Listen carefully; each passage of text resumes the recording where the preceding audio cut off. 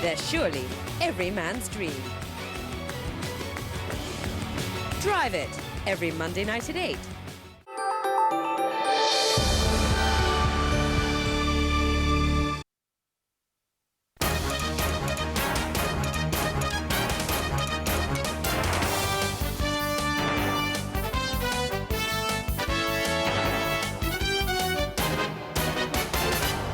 Good evening. Financial Secretary John Tsang has defended his decision to inject billions of dollars into a new housing fund to support the government's plans to build public flats over the next 10 years.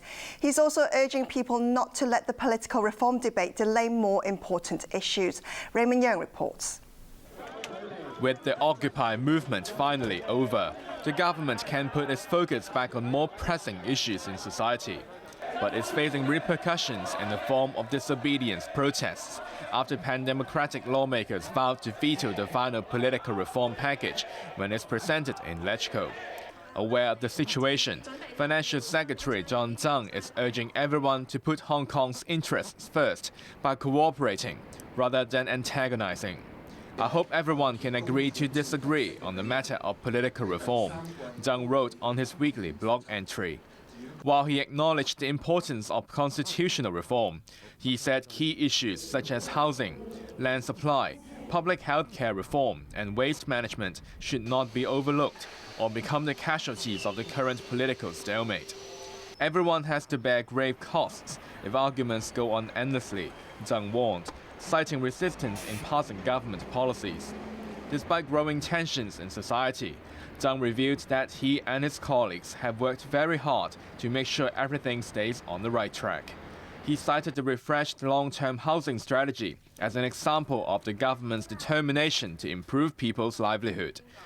The strategic document released last week adds another 10,000 homes to the number the government plans to build in the next decade, with the new target set at 480,000. For his part, the financial chief is backing the scheme with a $27 billion housing reserve, which will fund the construction of 200,000 public rental units. While the move was questioned by industry insiders, who fear it will put a huge amount of stress on the public coffers, Tsang disagreed, saying the Housing Authority will not be able to foot the bill on its own. He insisted the future planning is necessary, especially when the fiscal reserves are in a healthy state, and surpluses are expected for the remainder of his term, which ends in 2017.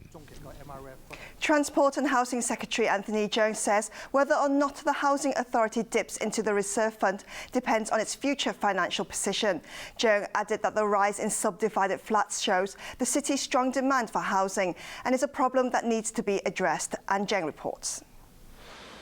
The government recently established a housing reserve, a $27 billion fund, to help the struggling housing authority meet its new goal of building 480,000 new flats over the next 10 years.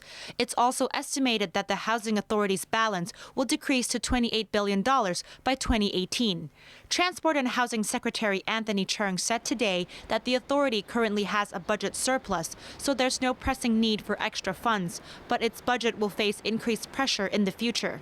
He said whether it will need to dip into the reserve fund or not depends on its financial position and plans in the future. And authorities, including the Financial Secretary and LegCo's Finance Committee, will assess whether its budget is reasonable before approval. He also said private developers can help speed up the process of building flats. When asked about the 30% rise in the number of subdivided flats this year, Cheung explained that the statistics used a larger sample pool for analysis, but it still shows a strong housing demand. He stressed that creating the supply to meet that demand takes time, but it is something that needs to be addressed. Otherwise, it'll end up like a disease without medication. When asked if that rising number shows a dereliction of duty, Cheung didn't respond directly, but said the problem worried and saddened him. Ann Chang, ATV News. New People's Party lawmaker Michael Tien says the Occupy protests were a sign that the administration has failed to educate the city's youth on the basic law. He also interpreted comments made by President Xi Jinping yesterday to mean that full universal suffrage will not be achieved in a single step. Arthur Okiola reports. After accusations that police used excessive force against demonstrators during the Occupy protests, the force got some words of support from New People's Party's Michael Tien, who praised their restraint and professionalism. But speaking on a radio show this morning, the pro-Beijing group's deputy chairman said while it's a good thing that the demonstrations show the aspirations young people have for democracy, the protests also showed a failure in government policy to educate the public on the basic law. Tian pointed out that during the Occupy campaign, it was never discussed how the election committee could be formed. He insisted that if the basic law and its conditions were discussed in secondary schools, the campaign would have been different. Tian also raised concerns about new political forces and groups that try to make legal acts seem like a more reasonable solution. On comments made by President Xi Jinping in Macau yesterday about the one country, two systems principle, he said this reflected the difficulty in achieving full democracy in a single step. Tian pointed out that one country comes first in the policy, stressing that while Beijing has allowed the city a high degree of autonomy, political reforms need to be introduced gradually. He feels the central government will not take big risks in this matter, and the demonstrations have only strengthened its stance. Arthur Urquiola, ATV News. The eldest Kwok brother of property giant Sung Hung Kai spoke out for the first time after the conviction of his younger brother Thomas Kwok. Walter Kwok released a statement today to voice his support for Sung Hung Kai under youngest brother Raymond Kwok's leadership, insisting he has no intention of going back to the company.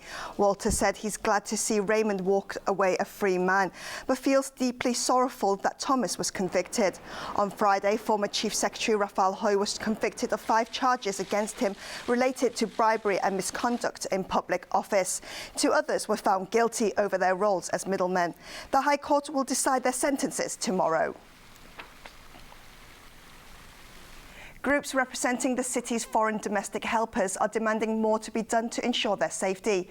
Meanwhile, radical political party, the League of Social Democrats, is calling for Police Commissioner Andy Zheng to resign. Arthur Urquiola reports. About 30 members of the League of Social Democrats gathered at the Central Police Headquarters in Wan Chai today, demanding the unconditional release of hundreds arrested during the Occupy protests. The group said it had received complaints that some of those detained were beaten or intimidated. They also want Police Commissioner Andy Zheng to step down over how police handled the demonstrations. Several groups representing the city's domestic helpers took to the streets today, calling for increased protection and a minimum wage level to be set for them. The protesters took their demands to the Nepalese, Thai, and Philippine consulates and demanded their governments do more to ensure the safety of people coming to work here. They then made their way to government headquarters where they voiced their demands for the administration to follow through on its promise to review employment agencies for foreign domestic workers in the city, which charged fees equal to several months' wages. They also demanded the government scrap the rule requiring them to live with their employers and for their working hours to be standardized, with some claiming they are made to work 12 hours a day, sometimes longer. Arthur Urquiola, ATV News. The United Nations has raised concerns about the decision by a village in Sichuan province to banish an 8-year-old boy who has AIDS. Even the child's grandfather signed the petition to expel the boy. Edna Dare reports. China's rapid development typically dominates stories from the mainland these days, but the nightmare scenario of 8-year-old Kun Kun shows there still appear to be gaping black holes in terms of progress across the border. The boy was born with HIV and in 2011 was diagnosed with full-blown AIDS. Kun Kun was abandoned by his parents and lives with his grandparents in a village in Sichuan province. Just a few days ago, over 200 locals signed a petition to banish him from the village, claiming he is causing fear among the villagers, particularly other children. The villagers have also demanded authorities to quarantine Kun Kun for treatment. Even his grandfather signed the petition, saying that he and his wife are too old and sick themselves to take care of Kun Kun. We have no more strength to care for him, and we hope someone can better look after him and send him to school, he said. Kun Kun has been expelled from school and spends his days playing in the woods alone. He's also been accused of setting his own home on fire. This villager said the boy's bad behavior threatens the safety of other villagers, and he's worried that Kun may spread the disease. When reports about the child spread online, it prompted local authorities and the National Health Commission to intervene. The United Nations in China has also expressed concern about Kun's fate and called for an end to discrimination against those with HIV. It said there is no reason to exclude people with HIV from normal life. Edna Tse, ATV News. Overseas, 2 police officers, 1 Asian and 1 Latino, have been shot dead in New York in an apparent revenge attack for police killing an unarmed black man in July. The killings come after weeks of anti-police protests following the grand jury decision not to indict the white officers responsible for the July death. Joyce Wu reports. The shootings happened here in the Bedford-Stuyvesant neighborhood in Brooklyn, New York. 2 officers, Liu Wenjian and Rafael Ramos, were sitting in their patrol car when the suspect approached and opened fire. Authorities said the men had been shot execution style. Today, 2 of New York's finest were shot and killed with no warning, no provocation. They were quite simply assassinated, targeted for their uniform and for the responsibility they embraced to keep the people of this city safe. Officer Ramos was in the driver's seat, and Officer Liu was in the front passenger seat beside him. According to witness statements, the suspect, who has been identified as 28-year-old Ismail Brinsley, walked up to the police car. He took a shooting stance on the passenger side and fired his weapon several times through the front passenger window, striking both officers in the head. The assailant then fled into the subway as other officers gave chase and subsequently shot himself in the head. The 2 officers were taken to hospital and later pronounced dead. Members of the NYPD stood at attention and saluted as their bodies were removed from the Brooklyn hospital. Earlier, the gunman had shot and injured his ex-girlfriend and posted anti-police messages online. In one with a picture of a silver gun with a wooden handle, he said he was going to put wings on pigs and tagged the message with the phrase, "Shoot the police." Authorities say he sent a warning to police in New York, which came almost the same time the ambush happened. U.S. Attorney General Eric Holder called the shootings an unspeakable act of barbarism. The shooting comes at a particularly sensitive time in New York, as the city's police force faces growing criticism following the death of Eric Garner. Earlier this month, a grand jury did not indict any New York police officer for the strangling of Garner in broad daylight by white officers, while he complained several times that he couldn't breathe. That followed another grand jury decision not to indict a white officer for shooting dead unarmed black teen Michael Brown in Missouri. Brinsley tagged his social media posts with "Rest in peace Eric Garner" and "Rest in peace Mike Brown." There's been more opposition to US President Barack Obama's move to normalize relations with Cuba. But first, in our international roundup, a woman in Australia has been charged with the murder of 8 children. Dozens of weeping mourners visited a makeshift memorial of flowers, stuffed animals and candles in Cairns today. They were mostly family members of the 8 children who died allegedly at the hands of a 37-year-old mother. She was formally charged with murder today for the deaths of 7 of her children and her niece, whose bodies were found inside her home. The 37-year-old mother of 7 of the 8 deceased children, the subject of this investigation, has now been formally charged with 8 counts of murder. She has appeared in a bedside court hearing this morning around lunchtime, and she's been remanded in custody. Police were called to a suburban home last Friday after receiving a report of a woman with serious injuries. When they got to the house, they found the bodies of the children aged 18 months to 14 years. Chanting slogans, Hundreds of Cuban Americans rallied in Miami against President Barack Obama's announcement to restore relations with Cuba. They say Obama's policy shift means he is rewarding President Raul Castro, even though Cuba's one-party system remains in place. I'm tired of this administration sitting at the table with our worst enemies all over the globe, apologizing for the United States, granting unilateral concessions to governments that have not earned them. Well, if the United States does not stand up for freedom and for democracy, then who is going to do that? And so this whole policy change has come as a big surprise. If we're not the ones that stand up for freedom, then who will? By the Castros. Obama announced last week that Washington was restoring diplomatic relations with Havana, but reaction to the policy shift has been mixed, with some embracing the development, while others questioning whether this signifies endorsing the one-party system.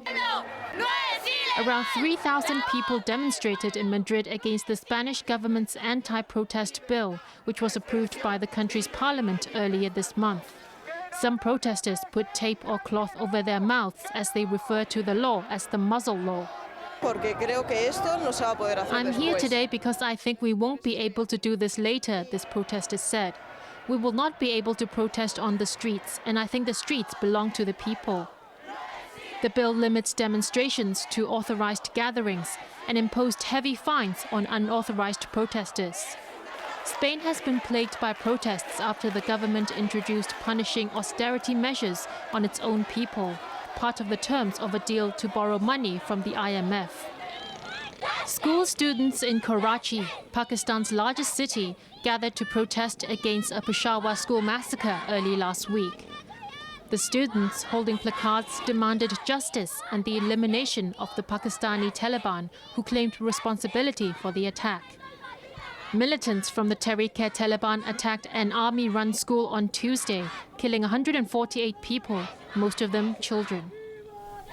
Sports news, there's beach rugby in Brazil. Toronto loses in ice hockey, and a top marathon runner has failed a second doping test. Three-time Boston Marathon winner Rita Jeptoo has tested positive for a banned substance in her B test. The Kenyan runner was thrown into a doping scandal after failing an out-of-competition check in September. Jeptoo was provisionally suspended from athletics after her A sample tested positive, but she insisted she's done nothing wrong. At least 36 Kenyans have failed doping tests in the past 2 years, and it's a big blow for the country, as Kenya is famous for producing a long list of middle and long-distance runners. The Rio de Janeiro Olympics don't start until 2016, but the Brazilian Rugby Union is hoping to highlight beach rugby ahead of the world's biggest sporting event. Rugby sevens will be included for the first time. Teams from the host country, Argentina and Italy, competed in a quick-paced round of matches, and it was Argentina's men's team and Brazil's women's team who emerged winners. In ice hockey, the Toronto Maple Leafs went into a 3-2 lead in the first period against the visiting Philadelphia Flyers, but the Flyers managed to level the scoring seconds later. The visitors went ahead 5-3 in the second period before wrapping up a 7-4 win in the third to deny Toronto their 8th straight win. Time to check your Mark 6 tickets. Here are tonight's winning numbers: 2, 25, 30, 36, 37, 43, and the extra number is 22. The weather forecast for the next few days: very cold overnight and expect fine and dry conditions tomorrow. Temperatures will range from 11 to 16 degrees. Sunny periods in the following couple of days and cloudy over the Christmas holidays. Here's a look at the weather around the world.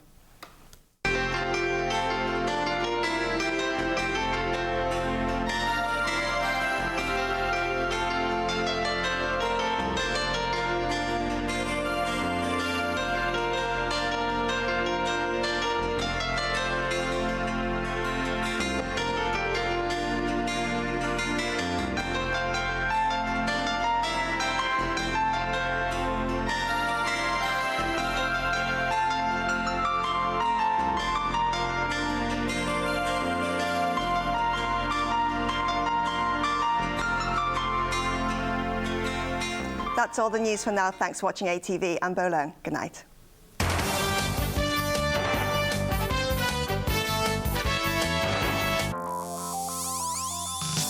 coming up. Newsline.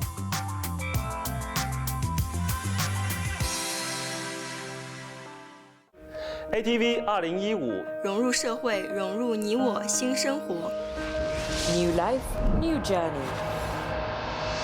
Making extraordinary achievements, highly recognized by the public, ranking #1 in the TV program appreciation.